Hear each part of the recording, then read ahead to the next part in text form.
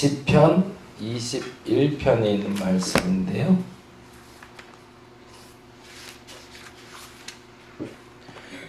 시편 21편 1절에서 13절까지 있는 본문, 역시 동일한 방법으로 읽습니다. 다 같이 먼저 읽고요. 그리고 나눠서 읽도록 하겠습니다. 여호와여, 왕이 주의 힘으로 말미암아 기뻐하며 주의 구원으로 말미암아 크게 즐거워하리이다.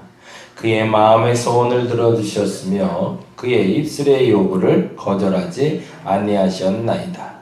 주의 아름다운 복으로 그를 영접하시고 순금관을 그의 머리에 씌우셨나이다. 그가 생명을 구하며 주께서 그에게 주셨으니 곧 영원한 장수로소이다. 주의 구원이 그의 영광을 크게 하시고 존귀와 위엄을 그에게 입히시나이다. 그가 영원토록 지극한 복을 받게 하시며 주 앞에서 기쁘고 즐겁게 하시나이다. 왕이 여호와를 의지하오니 지존하신 이의 인자함으로 흔들지 아니하리이다. 왕의 손이 왕의 모든 원수들을 찾아내며 왕의 오른손에 왕을 미워하는 자들을 찾아내리로다. 왕이 노하실 때에 그들을 풀무불 받게 할 것이라. 여호와께서 진노하사 그들을 삼키시리니 불이 그들을 소멸하리로다. 왕이 그들의 후손을 땅에서 멸하며 그들의 자손을 사람 중에서 끊으리로다. 비록 그들이 왕을 헤아리 하여 음모를 꾸몄으나 이루지 못하도다. 왕이 그들로 돌아서게 하며 그들의 얼굴을 향하여 활시를 당기리로다. 여호와여, 주의 능력으로 높임을 받으소서. 우리가 주의 권능을 노래하고 찬송하게 하소서. 아멘, 아멘. 다시 한번 읽는데요. 21편 앞소절 제가 읽고 뒷소절 여러분 읽어주시면 됩니다. 여호와여, 왕이 주의 힘으로 말미암아 기뻐하며 주의 구원으로 말미암아 크게 즐거워하리이다. 2절입니다. 그의 마음의 소원을 들어주셨으며 그의 입술의 요구를 거절하지 아니하셨나이다. 3절 주의 아름다운 복으로 그를 영접하시고 순금관을 그의 머리에 씌우셨나이다. 4절입니다. 그가 생명을 구하며 주께서 그에게 주셨으니 곧 영원한 장수로소이다. 주의 구원이 그의 영광을 크게 하시고 존귀와 위엄을 그에게 임하시나이다.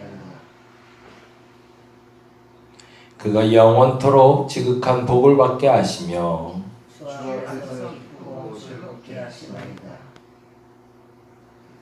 왕이 여호와를 의지하오니 지존하신 이의 인자함으로 흔들리지 아니하리이다.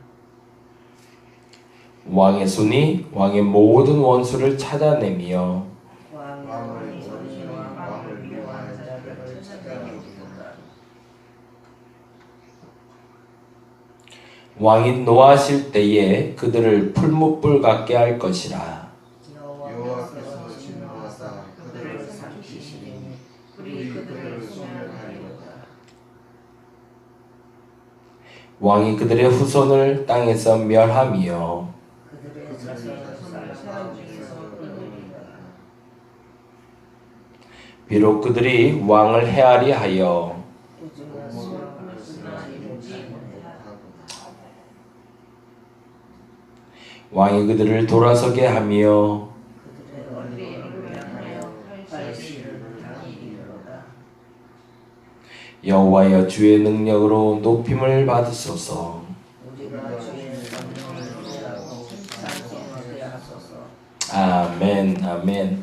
21편 말씀은 20편 말씀과 연관돼서 같이 봐야 되고요. 20편 지난주에 읽은 것처럼 왕의 출정, 그러니까 왕이 전쟁에 나가야 될 때에 왕에게 축복하는 백성들의 시로 읽혀지는 시입니다. 그래서 20편의 말씀에 크게 세 가지로 나눠서 예배, 기도, 그리고 외부의 적들에 대해서 기도하는 것들, 앞으로 일어날 강구에 대해서 기도하는 것으로 크게 세 가지로 나눠서 같이 말씀을 나눠봤는데, 그래서 우리의 예배가 회복되고 온전한 기도가 드려질 때 하나님께서 우리에게 역사하신다 라는 순서로 20편을 읽었습니다.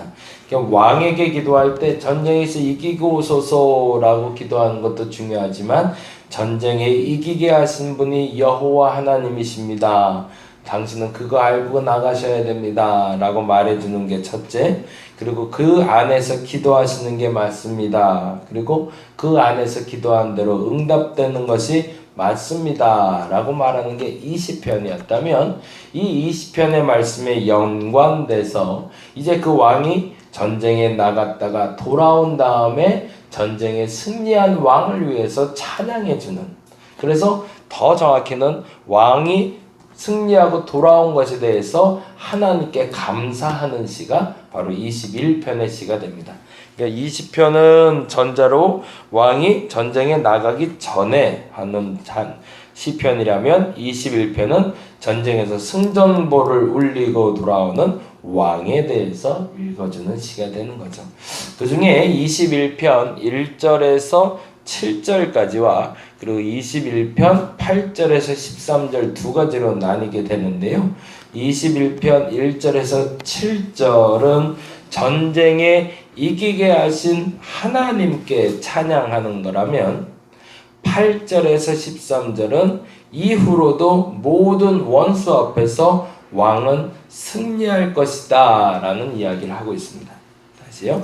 21편 1절에서 7절까지는 당신이 여호와로 말미암아 전쟁에서 승리하였다, 여호와로 말미암아 승리하였다라는 것을 찬양하는 것이 21편 1절에서 7절이라면, 8절에서 13절은 이후로도 지존하신 하나님 앞에만 있는다면 어떤 원수의 공격에도 승리할 것이다 라는 믿음의 확신을 이야기하고 있죠.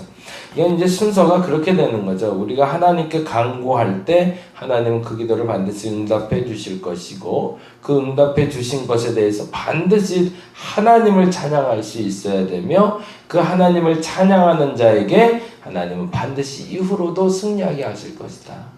그것이 우리의 믿음이어야 된다는 거죠. 근데 이기게 하신 하나님에 대해서 믿음으로 고백할 때 다음에 크게 세 가지의, 크게는 네 가지의 고백이 되는데 2절부터 5절까지의 고백을 우리가 좀 기억해 볼 필요가 있습니다. 왕이 승전보를 올리고 돌아오자 첫 번째 이렇게 선포합니다. 첫 번째 2절 말씀 한번 볼까요? 2절 말씀 같이 읽어보겠습니다. 그 마음의 소원을 들어주셨으며 그의 입술의 요구를 거절하지 아니하셨나이다 라고 되어 있어요. 근데 이게 그의 마음의 소원을 들어주셨다라는 표현을 할 때 원래는 수동형으로 되어 있어요. 그의 마음의 소원을 주셨으며 라고 되어 있었습니다. 그러니까 본래의 뜻은 내 마음의 소원을 내가 품은 것이 아니라 하나님이 내게 주신 거라는 거죠. 전쟁에 승리하는 것, 전쟁에 패하는 것, 그리고 내가 승전보를 올리고 돌아오는 것, 기뻐할 수 있는 것, 그 모든 마음의 소원은 나로부터 끄집어내지는 것이 아니라 하나님이 내게 주시는 것이다 라는 거죠. 그래서 하나님이 주신 그 마음의 소원을 품게 되었을 때 주께서는 그 입술의 요구를 거절하지 아니하신다는 겁니다. 그러니까 내가 소원을 품었기 때문에 그 소원이 응답된다가 아니라 내게 소원을 주신 분의 응답이 이루어졌다라고 보는 거죠. 이게 좀 말이 완전히 다른 거죠. 그렇죠? 내가 직장을 갖고 싶습니다. 내가 결혼하고 싶습니다. 내 자녀가 잘 됐으면 좋겠습니다. 내가 병원에 가서 병이 깨끗이 났으면 좋겠습니다. 라는 소원을 품었으니 하나님이 그 소원을 거절하지 않으셨다가 아니라 내가 이 소원을 품을 수 있도록 하나님은 그 소원을 주셨으니 그 소원이 반드시 이루어질 겁니다. 라고 이야기하는 게 정답이라는 거죠. 내일 수요일날 이제 조지 밀러 목사님에 대해서 좀 이야기를 나누려고 하는데, 조지 밀러 목사님은 5만 번 기도 응답 받은 걸로 사람들한테 유명하거든요. 근데 사실은 그 내면에 있는 이야기들을 우리가 너무 알지 못해서 조지 밀러 목사님을 좀 오해를 해요. 나중에 시간 되실 때 자서전 한번 사서 꼭 한번 보시면 좋겠습니다. 그러니까 이제 조지 뮬러 하면 무조건 기도 이렇게 연결됐는데 그렇지 않거든요. 그분이 기도의 응답을 받기 이전에 그들의 삶 속에 뭐가 있는지를 먼저 좀 알아야 되는데, 조지 뮬러 목사님이 먼저 꿈꿨던 것이 무엇이고 그의 과거 생이 어땠고 그 결과물로 어떤 기도의 응답이 있는지를 보시는 게 굉장히 중요합니다. 참 재밌는 것은요, 조지 뮬러 한 가지만 말씀드리면, 조지 뮬러 목사님이 본래 꿈은 선교사를 하는 거였습니다. 근데 70이 될 때까지 못 나가요. 선교지로 나가려고만 하면 무조건 다 막혀. 그래서 아무것도 못해. 그러고 나이 70에 은퇴할 때까지 결국엔 그 꿈이 이루어지지 않습니다. 근데 참 재미난 건 나이 70이 되었을 때부터 선교사로 나가요. 70대부터 17년 동안 200국인가를 선교사로 돌아다니게 됩니다. 그래서 87세 될 때까지 선교사로 마음껏 활동하다가 세상을 떠나게 돼요. 하나님은 우리가 하고 싶을 때 그 일을 하게 하시는 게 아니라 할 수 있을 때 하게 하시더라고요. 우리의 기도 제목이 그렇게 됐으면 좋겠어요. 하나님, 내가 하고 싶을 때 하게 하지 마옵시고 할 수 있을 때 하게 하옵소서라고. 하나님이 보시기에 아직은 내가 할 때가 아닌 거예요.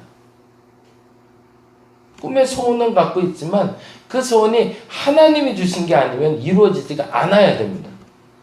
근데 우리는 잘못 구하고 있는 거죠. 내가 구하니까 반드시 이루어져야 되는 게 아니라, 내가 구하기 이전에 하나님이 내게 그 소원을 주시고 그 소원을 이루게 하옵소서라고 기도할 수 있는 것이 진짜라는 거죠. 오늘 기도하실 때 여러분의 머릿속에, 마음속에 주시는 소원을 찾아보시기 바랍니다. 보다 정확히 말하면 내가 갖게 된 소원이 아니라, 내가 하고픈 소원이 아니라 하나님이 주신 소원이 뭘까 도대체? 나를 이 땅에 보내신 이유가 뭘까? 어제 뉴질랜드에서 잠시 귀국해서 예배드리는 우리 집사님 한 분이 계신데 그분이 그 얘기를 하시더라고요. 뉴질랜드에 가서 영주권을 안 땄대요, 일부러. 물론 이제 영주권을 따는 게 어려울 수도 있지만 다른 게 아니라 그 마음의 믿음의 고백이 참 멋있었는데, 하나님이 나를 이 땅 한국에 태어나게 하신 분명한 목적이 있을 것 같더래요. 그래서 이 나라에 태어나게 하신 것이 하나님의 목적인데 그걸 없애버리고 다른 나라의 국적을 갖는 건 하나님 뜻이 아닐 거라는 생각이 들었대요. 그래서 영주권을 안 따기로 했다고 그러더라고요. 그게 믿음이 아닐까? 무엇이 득이 되는가를 쫓아서 그것을 갖는 것이 믿음이 아니라, 하나님이 내게 주셨으니까 나로 한국에 태어나게 하셨고, 나로 그 남자와 결혼하게 하셨고, 그 여자와 결혼하게 하셨고, 그 아이들을 내게 품을 수 있도록 주셨고, 내가 이 직장을 갖게 하셨고, 이 사람을 만나게 하셨고, 이게 하나님의 목적이다. 그러면 그 안에 반드시 하나님이 주신 소원이 있을 것이다. 그것을 발견하는 게 우리의 목적이어야 된다는 거죠. 그리고 간증을 하는데 그 얘기를 하시더라고요. 근데 만일에 그래서 내가 그 영주권을 놓고 그리고 한국의 국적을 포기하고 뉴질랜드 국적을 땄으면 지금 제가 이 자리에 없었을 겁니다. 그러더라고요. 그 말이 뭐냐고 그랬더니, 한국에 잠시 왔다가 질병을 발견해서 서울대병원에서 치료를 받았거든요. 근데 영주권을 갖게 되면 한국 국적을 잃게 된다는 얘기고 의료보험 혜택을 못 보잖아요. 어마어마한 비용을 지출할 뻔했던 거죠. 하나님이 앞으로는 어떻게 이끌어 가실지 모르지만 이것이 하나님이 주신 것이다 여겨진 것이 비록 내가 보기엔 하잘것없어 보여도 그것을 귀하게 여기는 자에게 그 소원을 반드시 이루어 주신다는 겁니다. 저와 여러분에게 주신 그 하잘것없는 것이라 여겨지는 것들을 귀하게 여기는 마음을 먼저 가지시기 바랍니다. 그리고 그 안에서 하나님이 주신 소원을 발견하신다면 오늘 말씀처럼 하나님 절대 거절치 아니하실 겁니다. 두 번째 다음에 찬양을 드리고 있습니다. 두 번째 말씀 볼까요? 3절 말씀입니다. 같이 한번 읽어보겠습니다. 주의 아름다운 복으로 그를 영접하시고 순금관을 그의 머리에 씌우셨나이다. 그리고 두 번째인데 그렇게 해서 응답된 것은 하나님이 나를 높이시는 거라는 겁니다.